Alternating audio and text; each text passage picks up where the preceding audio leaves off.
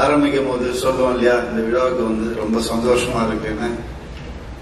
அந்த மாதிரி ரொம்ப ரொம்ப சந்தோஷமா இருக்கு. ஏன்னா இந்த சந்தோஷம், இந்த விழா என்னுடையது கிடையாது, இருந்தாலும் இவ்வளவு சந்தோஷமா இருக்குன்னு நினைக்கும் போது இந்த படத்தினால ஏற்பட்ட அந்த நட்பு, அந்த ஒரு குடும்பம், நீங்க எல்லாரையும் பார்க்கும் போது சுத்தி போட்டுக்கோங்க, அவ்வளவு ஒரு அழகா இருக்கு.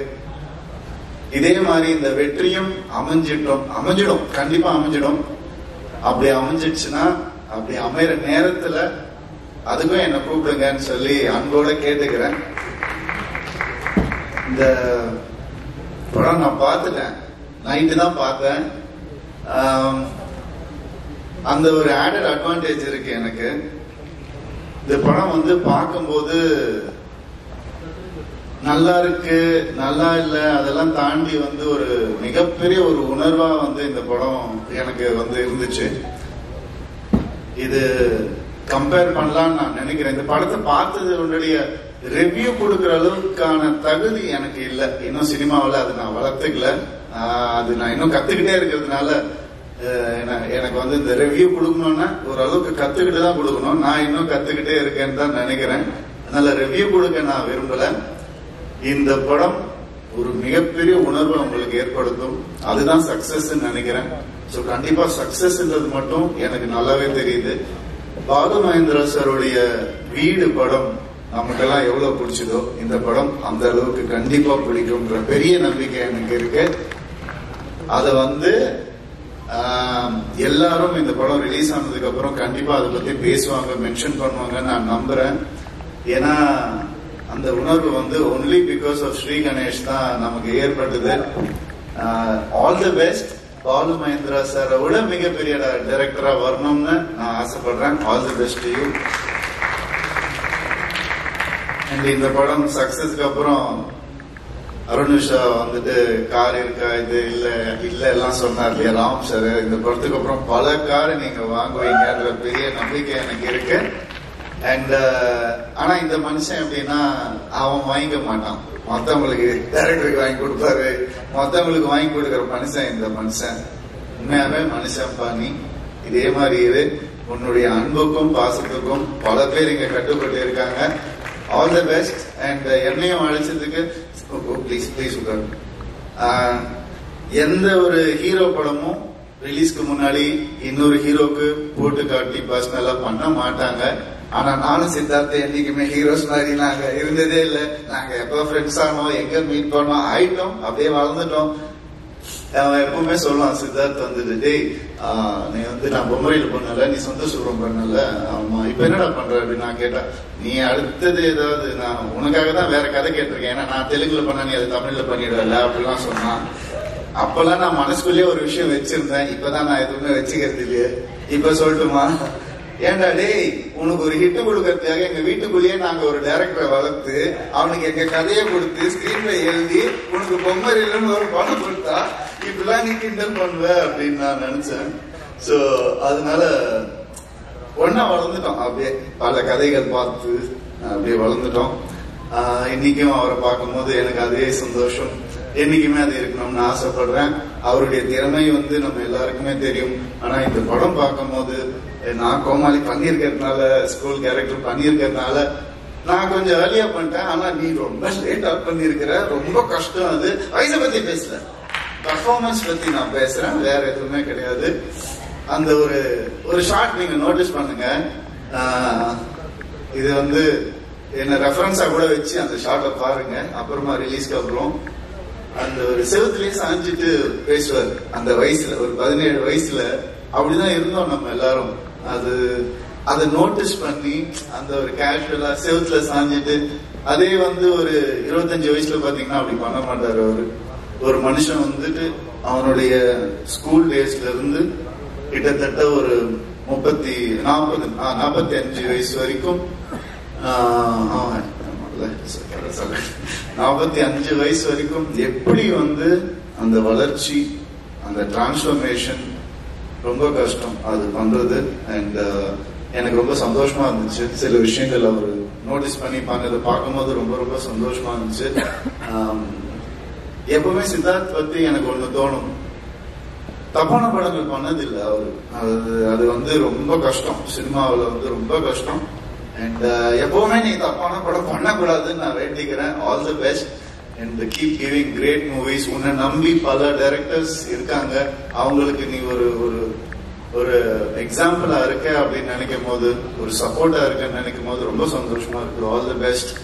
அண்ட் நாங்க என் யூனிட்லயே பேர் ஞாபகம் இருக்காது எனக்கு. சைத்ரா அண்ட் நீதா சாரி நீதா, உங்களுடைய குட் நைட் படம் பார்த்தேன். உண்மையாவே ஆஃப் ஆயிட்டேன் நான் பார்த்துட்டு. அவ்வளோ அழகா பெர்ஃபார்ம் பண்ணியிருந்தீங்க. அப்படியே நேர்ல கூட ஒரு தடவை மீட் பண்ணி சொல்லணும்னு நான் ரொம்ப நாளா நினைச்சிட்டு இருந்தேன். மணிகண்டனை பார்ப்போம், உங்களை பார்க்கறது இல்லை. அதனால இந்த ஆப்பர்ச்சுனிட்டியில சொல்லிக்கிறேன், வண்டர்ஃபுல் பெர்ஃபார்மன்ஸ். பட் இந்த படம் உங்களுக்கு குட் மார்னிங் தான். இப்பத்துல இருந்து உங்களுக்கு நல்ல ஒரு வீடியோலா இருக்க போது. Extraordinary performance. All the best to you. And நீதா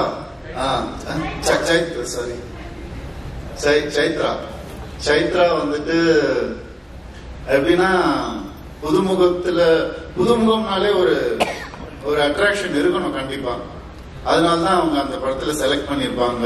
இந்த படம் வந்து your performance is attractive to the core. நீங்க சொன்னீங்க இல்லையா ஸ்டேஜ்ல, இந்த எத்தனை படம் பண்ணாலும் முதல் படம் மாதிரி நான் மறக்காம இருப்பேன்னு. நான் உங்களுக்கு ஒண்ணு சொல்றேன், எனக்கு அந்த அட்வைஸை நான் உங்களுக்கு சொல்றேன். நீங்க எத்தனை படம் பண்ணாலும் எல்லா படத்தையும் முதல் படம் மாதிரியே நினைச்சு பண்ணுங்க, நீங்க எங்கேயோ போயிடுவீங்க. அந்த அளவுக்கு you are talented. All the best to you. And நான் வர வழியில அப்படியே எல்லாரையும் மீட் பண்ணிட்டு வந்தப்போ, காஸ்ட் கூட ஆக்டர்ஸ் கூட வந்துட்டு நம்ம மியூசிக் டைரக்டர் உட்கார்ந்து இருந்தாரு. நான் அப்ப அவரை பார்த்துட்டு, நான் அவரை முன்னாடி பார்த்தது இல்லை. சரி, இவர் படம் பார்த்துருக்கோமே, இவர் எந்த கேரக்டர் பண்ணிருக்காருன்னு ரொம்ப நேரமா யோசிச்சுட்டு இருந்தேன். எல்லாருக்கும் நான் இந்த விஷஸ் சொன்னேனே, இவர் இப்போ எடிட்டிங்ல தூக்கிட்டாங்களோ அப்படின்னு அப்படிலாம் யோசிச்சுட்டு இருந்தேன். எப்படி இவர் அட்ரஸ் பண்றது என்னன்னு தெரியல. அப்புறம் தான் ஒரு மியூசிக் டைரக்டர்னு தெரியும். ஒரு டைரக்டருக்கும் ஒரு ஆக்டருக்கும் என்ன வேல்யூ இருக்கோ இந்த படத்துல, அதோடைய டபுள் வேல்யூ வந்து இந்த படத்துல மியூசிக். நான் வந்து 10th மினிட்ல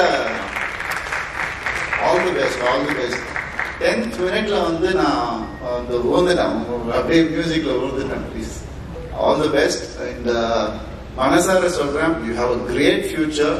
The team that you're working with, which we are speaking right now, the team is also fabulous team. Too creative. அவங்களே விட்டுறாதீங்க.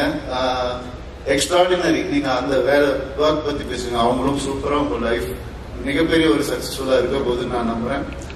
அண்ட் நான் என் லைஃப்ல வந்து ரெண்டட் ஹவுஸ்ல இருந்ததே இல்லை. எப்பவுமே எனக்கு சொந்த வீடு தான் பிறந்ததுல இருந்தே. இப்ப நான் ரெண்டட் ஹவுஸ்ல இருக்கேன். ஸோ நிறைய ரிலேட் பண்ண முடிஞ்சது. கூடிய சீக்கிரம் எனக்கு இந்த படம் பார்த்து ஒரு பெரிய இன்ஸ்பிரேஷனா இருந்தது. என் லைஃபை ரீலிவ் பண்ண மாதிரி இருந்துச்சு. என் லைஃபை லிவ் பண்ண போறேன்னு தோணுச்சு. இனிமேட்டு நல்லபடியா ஒரு படம் அந்த ஒரு இன்ஸ்பிரேஷன் எல்லாருக்கும் கொடுத்தாலே போதும். அந்த இன்ஸ்பிரேஷனை இந்த படம் கொடுத்துருக்கு. ஐயா, உங்க பையனை செம்மையா வளர்த்துருக்கிறீங்க, வேற லெவல். அருண் வந்து எப்பவுமே ஒரு நண்பனா எங்க கூட இருக்கணும்னு ஆசைப்படுறேன். நான் உங்க கூட பெருசா பேசினது இல்ல. I'm glad that you're there next to him in his every step, and I heard a lot about you. உட்கார்ந்து இருக்கும் போது இதே மாதிரி நீங்க சிவசக்தி மாதிரி இருக்கணும்னு ஆசைப்படுறேன் என்னைக்குமே லைஃப்ல. All the best. யாரையாவது மறந்துருந்தா மன்னிச்சுக்கோங்க. தேவியானி மேம், சாரி, மறக்கவே முடியாது. இப்ப ரீசெண்டா போயிருந்தேன் மேம் ஒரு ஃபங்க்ஷனுக்கு, ஒரு ரெஸ்டாரண்ட்டுக்கு, ஒரு சின்ன விஷயமா. அப்ப நான் அண்ணான்னு கூப்பிட்டா அவர் திரும்பி, சார் என் பேர் ராம், ராமண்ணா அப்படின்னு சொல்லும் போது டக்குன்னு ஒரு ஞாபகம் வந்துச்சு. அந்த டயலாக் அவ்வளவு ஃபேமஸ். அண்ட் ஜீனி, உங்க கூட நடிக்கணும்னு நான் சொல்றேன் மேம். அது இன்னொரு ஃபங்க்ஷன்ல அதை பத்தி நல்லா பேசுவோம் மேம். சொல்றேன் மேம், நல்லபடியா வேலைகள் போயிட்டு இருக்கு, சிஜி ஒர்க் எல்லாம் போயிட்டு இருக்கு.